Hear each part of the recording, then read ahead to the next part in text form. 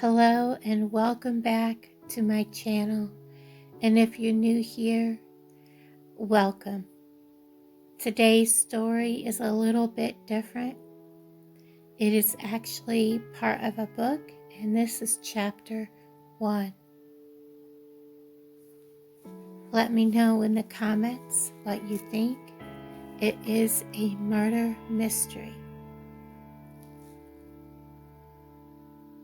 It was a warm fall evening, one of those days where the temperature was warm, but not too warm for a bonfire. That time of the year when fall wasn't quite fall, but summer wasn't quite summer anymore. Leaves were just starting to dry up on the trees, and some had started to turn colors, but they weren't quite there yet. Lana was waiting for John to come out of the convenience store. It was their usual stop on their way to find a secluded area to spend the evening alone with a bonfire. John put the case of beer in the back of the pickup, the ice in the ice chest, and hopped in, handing her her favorite sandwich, just the way she liked it. One Italian sub, no ham, pepper jack cheese, banana peppers, lettuce, purple onions, hold the tomatoes with sub sauce, cut into fourths. Big John said with a smile that won him friends everywhere he went. "Do I know my lady or what?" Lana smiled. He knew she missed her kids on the weekends they had to go with their father. It was hard to smile every step of the way through this divorce. Her hopefully soon-to-be ex kept throwing false accusations at her, trying to keep the kids from her entirely. But investigation after investigation proved them to be unfounded. But he kept on, even dragging her relationship with John into it. But in reality, was it really a relationship? They only spent time together when her kids were not around, or when his kids were not around.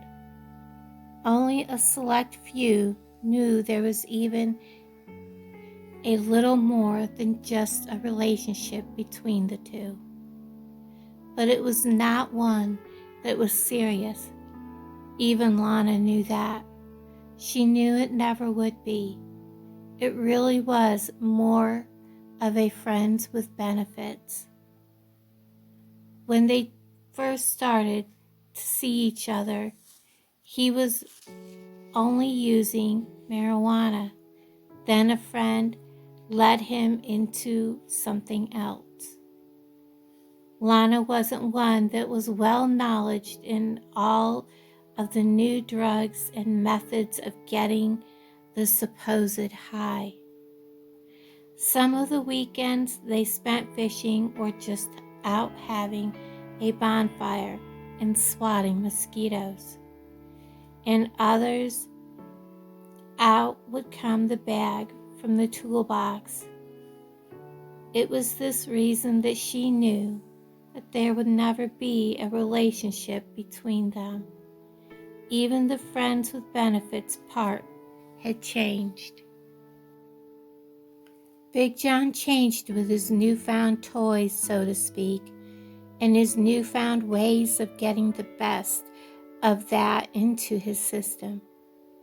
The laid-back, relaxed country boy would become agitated, scared, and at times even wild and out of control, not recognizing her or knowing where they even were. Nights like this scared Lana, but she was the kind of person that never turned her back on a friend or someone in need, and would try to never show fear, no matter how bad things were. And she would often hide or destroy the drugs while he was running around, acting wild, searching for that sound he was hearing, which really wasn't there. Then she would calm him down, convince him when he would be looking for his stuff that he had already used it all. She would often hold him while he went between spells of weeping, paranoia, and utter silence. Then sleep would come for maybe an hour, and he would awaken, and they would clean up the camp area, put out the fire, and he would drop her off at home, usually not even remembering what had happened. Not every time was like this, at least not in the beginning, but as months had worn on, the more and more he became needing that fix, and the more often he experimented in new ways to get that feeling of euphoria. What euphoria, she didn't know, as all she could see was how much anguish and fear, and she was there always to hold the pieces together.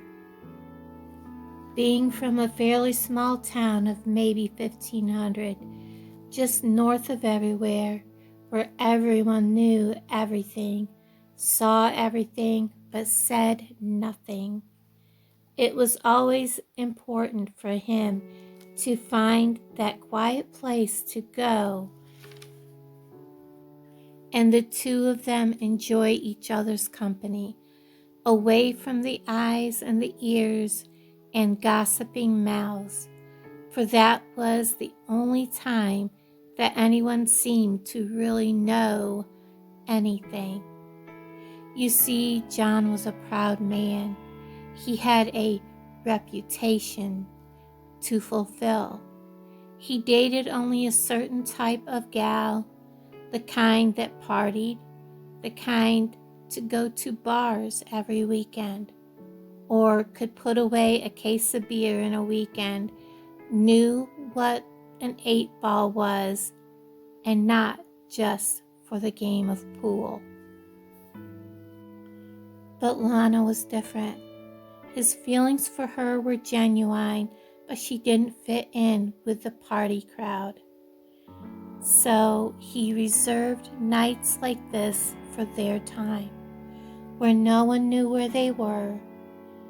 To his family and friends, except for a couple, he and Lana were just friends. After all, he worked for her dad many years before and partied with her brother, and she was always just the kid's sister. But away from people, behind closed doors, when they were alone, fishing or having a campfire, she was his princess, his world. He touched her with tenderness he had never shown to another woman before. He looked at her with awe, the softness of her skin that glowed, unlike the roughness of the other countless women he had been with before. He would often break out singing to her while holding her face in his hands, looking into her eyes. She ain't your ordinary, she ain't your ordinary girl. Save your diamonds and your pearls. She ain't your ordinary girl. The song quickly became their song. He even bought her the Alabama CD and a CD player so she could listen to it whenever she was down and lonely. To Lana, he was a dream come true. He was her teenage crush. She never would have thought that he had wanted to be with her. He was a gentle person that made her feel like a princess when they were alone together. But when others were around, it was different. They were friends and they kept their relationship separate from their children. Why bring kids into something that may not be permanent, he said. And he was right, after all. She was proud to be a part of his life. When she wasn't with him and home alone, she felt lost and alone and missing her kids. Worried about them, knowing that when they came home, they would be so angry, lashing out, crying, upset, and the days to get them back to the wonderful, loving kids she had struggled so hard to raise. They had seen so much hate and ugliness. She tried to always find ways to bring smiles to their lives and their days. She did this with everyone she met. Everyone would always tell her they loved coming into the store where she worked because she was always smiling, and it made their day brighter. On one of the days that she had off and John was with his buddies at a race, she was picking up a sandwich at the convenience store. One of the select couple of his friends that knew that there was more than what meets the eye asked her where Big John was. Lana simply shrugged. She said, "I believe a race somewhere with some of the guys." Then the young man who worked with John put his arm across her shoulders. He said, "It'll be okay." He could tell that she was hurting. He knew it bothered her not being able to be a part of his whole life. "It's just that you don't fit the description of one of the Big John's chicks," he said. He said it with sincerity, with kindness, but it hurt her in her stomach.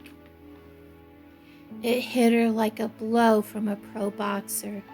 How could he say that? She pulled from his arm, turned around to face him. The look on his face was pure surprise. "One of the Big John's chicks? Really? I don't fit the description of one of the Big John's chicks?" She shoved him away in anguish and walked as fast as she could home, leaving Sean standing in the parking lot staring at her back as she practically ran. She never heard him say, "I meant it as a compliment. I'm sorry." Sean didn't know that that would be the turning point for her, that his words had put things into a different perspective. But what Lana saw was the women before her. She couldn't eat. She cried all day. "I don't fit the description of one of the Big John's chicks." Why? Because I'm not drunk every weekend? I'm not walking around with a beer can in my hand every night? I don't smoke weed, do drugs? I don't swear every other word? I don't have an inch of scruff and filth on my body? I don't look like I just crawled out of a ditch or came out of a whorehouse? I'm not skinny as fuck. Why would I want to fit the description of one of the Big John's chicks? Lana screamed to the walls of an empty house. Her sobs and cries echoed back to her. The house was as hollow as her heart was, as hollow as her soul was. She was an empty shell, sitting in an empty shell of an empty house, alone, slumped against the wall, defeated. Why am I telling you all of this? So you understand as this story progressed. what leads to the tragic ending, how things got to this point. So you understand these people, understand what they were like, how they felt about each other, how they felt about people in their lives, and how people looked upon them, how people saw them as individuals and as friends. Early the next morning, Lana was wakened by the sound of the phone ringing. She instantly thought that maybe it was her kids, but her hopes were dashed to pieces. Even though she knew she would never hear from them, from the time they got in the car till the time they got out, she never heard a word. "Hey, beautiful, how's my sunshine this morning?" John's voice was raspy and dry, as it usually is after a night of partying. Lana breathed a deep sigh. "Sore. I fell asleep in the living room." She didn't exactly lie. She just didn't tell him the whole truth. "Well, I'm planning on fixing some steaks on the grill today. Why don't you come over and I will give you a back rub? I will swing by and pick you up. I have to get some stuff at the store. It'll just be us and Sean. That okay, babe?" "That's fine. I need to take a shower first." Lana looked down. She looked like she could fit the description of one of Big John's chicks. Her hair was tangled, clothes twisted and wrinkled. Looking in the mirror on the wall by the phone, her face was still swollen from the long night of crying, her eyes red and gritty feeling. "No, I will never be one of the Big John's chicks." "Babe? Babe, are you there?" "I'm sorry, I was looking at something strange." "What did you say?" This was not a lie. She looked unusually rough. This was not like her. "I'll be by in about an hour, okay? And we'll eat about noon." "That works for me. I'll see you then. Bye." "See ya, sweet cheeks." And he hung up the phone. Lana couldn't get Sean's words out of her head. They were burned in her brain like a branding iron. "You don't fit the description of one of the Big Ron's chicks." After putting things away, John put his arms around her. "Wow, baby, you are so tense. Sit down, let me give you a back rub." He led Lana to the sofa where he put some hand lotion on and slowly worked on one shoulder then the other.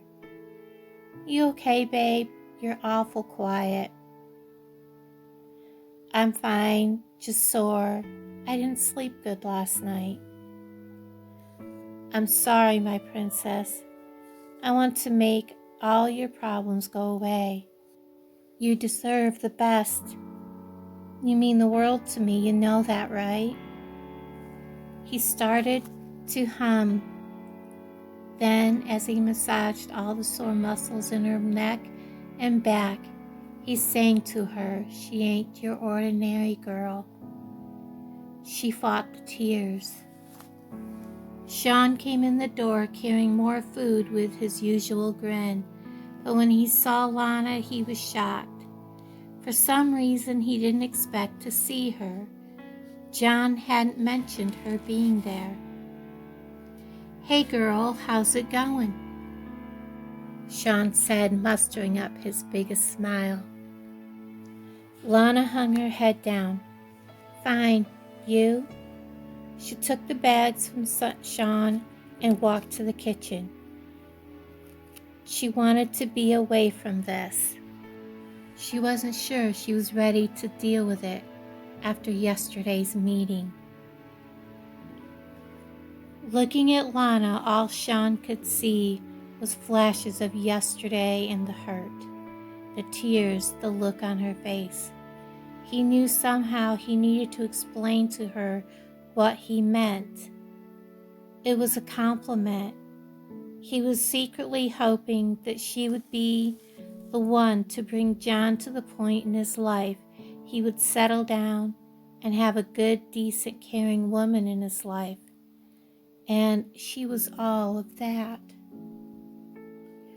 John saw the interaction between them and watched the curiosity. Lana wasn't herself. She was normally smiling and happy and always talked to everyone. This was not like her. Sitting around the table, a couple of beers apiece for the guys, Lana was sitting with her soda in her hand, deep in thought, not really listening to the men talking about the race and the going on at the bar afterward. John kept looking at her. Usually she listened to the stories and joined in. Today she was distant. Today she wasn't smiling. Well, it's time to start the steaks. What do you say, Sean? Give me a hand so I don't drop them on the ground? Haha, you don't want any more dirt than you got out the racetracks last night? Sean got up from the table and watched as John stood behind Lana. He too had noticed that she had been unusually quiet, not joining in as she usually did, staring blankly at her bottle of soda. He watched as John showed her a rare moment of affection. He knew that he was one of the very select few people that knew, let alone got to see them as a couple. John got up from the table, stepped behind Lana's chair, put his hands on her shoulders, gave them a gentle squeeze, then took her face in his hands and lifted her head slightly. She reached up and placed her hands over his. He kissed her on the top of the head and rested there for a moment, breathing in deeply the smell of her shampoo and her perfume. You smell beautiful, princess. Sean got a pain in the pit of his stomach. The pain in her face, will he ever unsee that? He saw the tears come to her eyes, but he knew that John couldn't see them. It's my fault, he thought. I will have to tell her what I meant. She's got to know that John loves her. Out at the grill, John and Sean, while joking around, when suddenly John got quiet. Sean, doesn't it seem like something is wrong with Lana? Like something's happened? Man, I don't know. She seems to be distracted. If you need me to go so you guys can spend some alone time, I can come up with an excuse. Nah, John said. I think we need to try to break her slump. She loves your company. She enjoys it when she's here and you come or some of the other guys come around. I just wish I knew what was bothering her. Have you ever given any thought to letting any of your family know you're seeing her? You know, maybe make her a little more part of your life? I'm just trying to come up with ideas. No, man, I'm not really ready to want all that big blown out relationship stuff. I like it the way it is. John flipped the steaks over. Sean looked at him. Do you love her? Love? The big John doesn't go for those roads anymore. Been there. Where did that get me? I mean, I really care about her. And I show her how much I do. She knows it. Sean looked towards the house, then down at his worn-out work boots. Does he tell him about yesterday? Sometimes the lady wants to know. Sometimes you gotta say it. Big John nodded. He knew what Sean meant. Several times the words have been on the tip of his tongue. She said it once. We were curled up on the couch talking, and she said it. I told her, let's not go there. Sean shrugged. Okay, well, you know how she feels about you. I'm just saying you need to let her know you're serious about her. If you are, are you? You know I am. I would do anything for her. Well, almost anything. And he tapped the ring finger. I have a reputation to keep. John gave a half-hearted laugh. Yeah, the big John can't let others know that he's got a sweet gal on his arm that's gonna maybe tie him down, right? Sean's words hit John hard. They both knew that they were the truth. She was different, but in a good way. It was Sean's way of telling John to wake up and take notice of what he has before it's gone. Later that afternoon, when it was time for Lana to go home, she picked up her bag and John said he would give her a ride. No, she said, I want to go on my own and clear my head. You guys keep visiting. I will talk to you later, okay? She headed towards the door. John got up and followed her. He took her in his arms and pulled her close.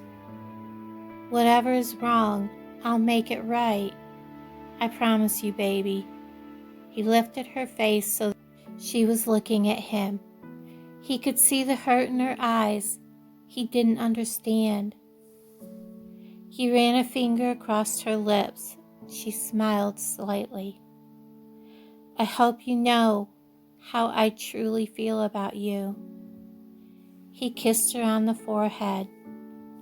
She turned and smiled over her shoulder. I'll talk to you later. Be safe. At work tomorrow. Little did Sean know he would never get the chance to tell her what he meant, nor that he was sorry for upsetting her. Nor did he know that that was the last time he would see Lana alive. Guys, I hope you enjoyed the first chapter of this story. It is one that I'm writing, and it is almost complete, and I do have plans on publishing it. I hope that you do come back for more of this story, and I hope that you've enjoyed it. Please, in the comments below, would you let me know what you think of the first part of the story. It is kind of like a back story to what's happening and what's going to be aspiring throughout the story and what's coming up. It kind of leaves some hints as to what's coming throughout the story. And I really do hope that you all enjoyed what you did hear so far, and I hope that you come back for more. And everybody, I hope everyone is staying safe. I know that we are supposed to have some warmer weather towards the end of the week. Thank you. I'm so ready for this frigid cold to be over. Everybody, thank you so much. If you stayed here through the whole thing, let me know. I appreciate all of you, all of my regular subscribers for watching. And if you're new here, welcome. And everybody, take care. And I will talk to you again soon. Bye, guys.